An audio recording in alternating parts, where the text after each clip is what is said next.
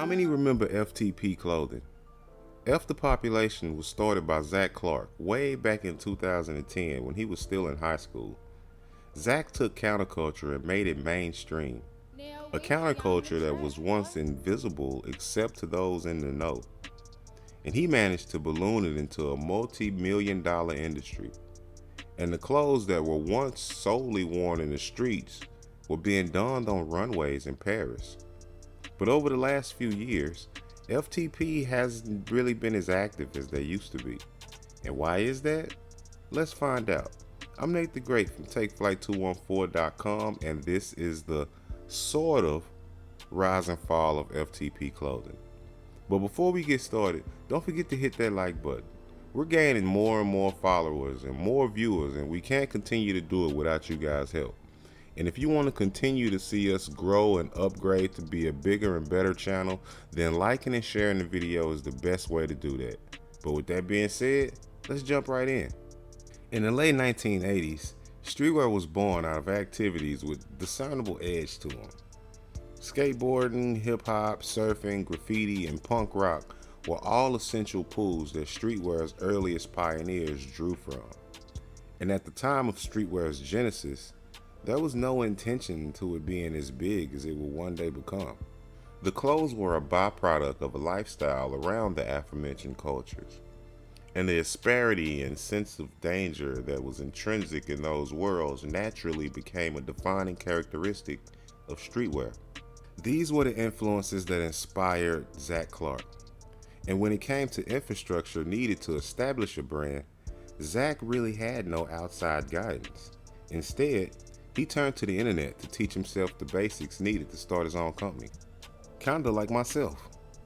Digging into forums to research t-shirt blanks and finding a screen printer via Google, FTP was born out of Clark's desire to see his inflammatory message spread as far as possible, rather than the aspiration of fame and financial gain. As stated, FTP was established in 2010 by a high school-age Clark. FTP then called Cuff the Population, which is really just fuck spelled backwards, but hey, he was trying to make things that his friends could wear around school without getting in trouble, so I guess. But it would serve as a template for the force it would become. Cuff's earlier work featured inverted American flags with bold political statements, all early cues in the FTP's essence. It was Clark's ethos for the brand, however, that drew attention from classmates and became the backbone of the label's now ravenous cult following. It eventually got so big that the school banned kids from wearing it there. I guess they finally figured out what the word cuff meant, huh? After graduating from high school in 2012, Zac got an internship at Huff. He managed to do this by meeting Keith Huffenagel at Huff's warehouse sale. Clark emailed Keith and it turned into an internship, which eventually turned into a job. He started out in the warehouse packing store account orders and later moved on to the office inputting international store orders into the system, all of which taught him about the shipping and logistics game. All while working at Huff, he was still running FTP in an office on Skid Row though, where he would go every night after work and pack his own orders. He would continue to do this all the way until 2015, where finally his own store orders got so big that he could quit his day job and set off on his own. Clark had built up a dedicated fan base by working hard. FTP sold out drops and its devoted fans lined up in the streets for the company's impromptu sales. And it's because people can tell that FTP is for them and that Clark is one of them. Authenticity, intimacy, and subversion run through the entire FTP enterprise, and it's all real. Clark and his small team packed and shipped everything themselves, and Clark designed and released things when he wanted to, sacrificing regularity for legitimacy. The brand was controversial and personal from the start, and Clark's friends and fellow streetwear heads loved it. The controversial authenticity is one of the reasons that FTP is often compared to classic streetwear labels like Fucked and Huff. Zac Clark's brand FTP moved with the same impetuous attitude that was present at streetwear's dawn. Similar to Fucked, FTP's name alone manages to rile up the stodgy types of all sorts, Teachers, parents, and the police have all vocally taken issue with the brand. But for those in the know, or not quite in the know, but at least cooler about things like this, they seem to love it. I remember when I used to wear my FTP hat all the time, and people would always ask me what it meant.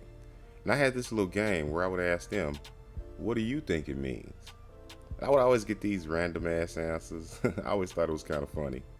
But Clark had immersed himself in the history of streetwear, looking to the early 90s for both design and business inspiration. His brand grew exponentially over the years, amassing a cult-like following despite little coverage from streetwear media and only being stocked in FTP's web shop. While its audience was quickly widening, the brand managed to retain its defiant potency thanks to FTP's nihilistic disposition, which has remained fully intact through the success that Zac has managed to experience. Since its inception, FTP has been a social statement before a company, always prioritizing its antagonistic message over financial gain. And at a time where streetwear has amalgamated into the cultural mainstream, FTP has remained one of the last holdouts from what streetwear was originally meant to be, and an important refugee for those who felt ostracized by what society has to offer. In true artistic fashion, he's refused corporate investment or urges to sell out. Quote, people reach out to me all the time offering X amount of money to invest, says Clark. But money doesn't motivate me nor make me move, so I don't have to let those people in. I'd rather just have the same team that I've had around me for all these years help me out. I don't base my decisions off business upside. Otherwise, I would have sold this shit off a long time ago, end quote. The attitude that Zac has when it comes to doing business directly translates into the way that he collaborates with other brands also. Rather than just joining forces with companies for the intention of expanding FTP's fan base, Zac works with entities that he has both deep-rooted respect for and that he feels is in line with FTP's values. All the way back to the first collab that they ever did. It stems from Zac's first email to Keith Huffenagel asking for advice in 2011. Zac ended his message by writing, quote, Huff by FTP is my dream goal, and I'll try my hardest to achieve it, end quote. And 5 years later, in 2015, Clark was able to release a shoe with the alma mater of his, fulfilling his ambition. One of the first public figures that Zac felt matched FTP's temperament enough to represent the brand in the lookbook was the late Fredo Santana. And beyond Fredo Santana, there was Ron Jeremy, Wretch, Antoine Dixon, and DMX, all of whom have appeared in FTP's lookbooks. Now, each individual and their professions is extremely mismatched, but Zac is able to pinpoint to similarly warped spirits in each of them that correlates with FTP. During FTP's initial years, Zac was extremely vocal on social media, calling out other brands and owners for watering down streetwear. And for further evidence, see his whole campaign against Pink Dolphin. We touched on it a little bit in our Pink Dolphin video, but it really is crazy. But quote, as FTP started getting bigger, I didn't want to put a face onto the brand anymore, says Zac. I wanted the brand to be its own entity, end quote. And that's the main reason why he stopped posting his face on social media, and you can hardly find an image of Zac Clark's actual face these days, because he wanted the brand to stand alone and be its own thing. Zac has always been an off the beaten path kind of guy. He marches to the beat of his own drum, and his devil may care attitude helped launch his brand into the spotlight, amassing tons of fans. But it was this attitude that would eventually catch up to him due to California's insane gun laws. Anyone that follows FTP or Zac on social media knows that he's a gun enthusiast and a hobbyist who enjoys cleaning his collection and going to the gun range. He became, quote, careless though, he said, stating, quote, I definitely posted too much stuff on social media and wasn't calm enough with that, end quote. And that led to the cops raiding his Los Angeles County house in San Fernando Valley and his Vernon, California area FTP warehouse in search of firearms. Officers threw his employees up against the wall and ultimately arrested Zac before he would eventually bail out. On a side note though, this is wild. I mean, they treated the guy like he robbed a bank or killed somebody or something. In the end, he was facing 16 felony gun charges. But with FTP's provocative output, keeping the focus on the brand hadn't been a problem. Over the past decade or so, Fuck the Population has produced pieces that have stirred plenty of controversy. Although Zac says that he doesn't want people to remember FTP for his most incendiary items, such as t-shirts that read Columbine Physical Education and box cutters that say aim for the neck. But let's be honest, those pieces are pretty hard to forget. The good news for Zac is, at least reports surfaced later stating that he had beat the case and will walk on all of the charges, so kudos for that one. The reason why I hesitate to really even call this a rise and fall video is because FTP hasn't really fallen.